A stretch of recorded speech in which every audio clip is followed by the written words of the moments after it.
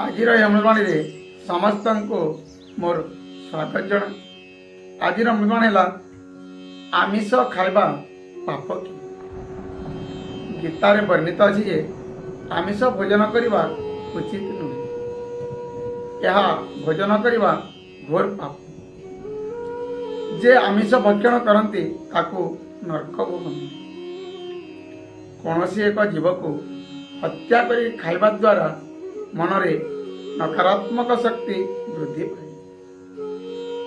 जीव को हत्या करने समय से ही जीव बहुत चित्कार करिଥାଏ, किंतु तथापि यही निष्ठुर मनुष्य तार हत्या करने को पछाए नहीं। पृथ्वी पृष्ठरे जीवित रहबा पय भगवान हमको अनेक शाकाहार द्रव्य प्रदान करिछन्ति। कौनसी निरीह जीव को हत्या करी निजको वीर पुरुष भाविबा का पुरुष सहित समान। जदि आमे कौनसी जीव को जीवन दे पारिबे नहीं, ताको हत्या करबा आमर कौनसी अधिकार नहीं। एटा थिला आज अमृतवाणी। जय।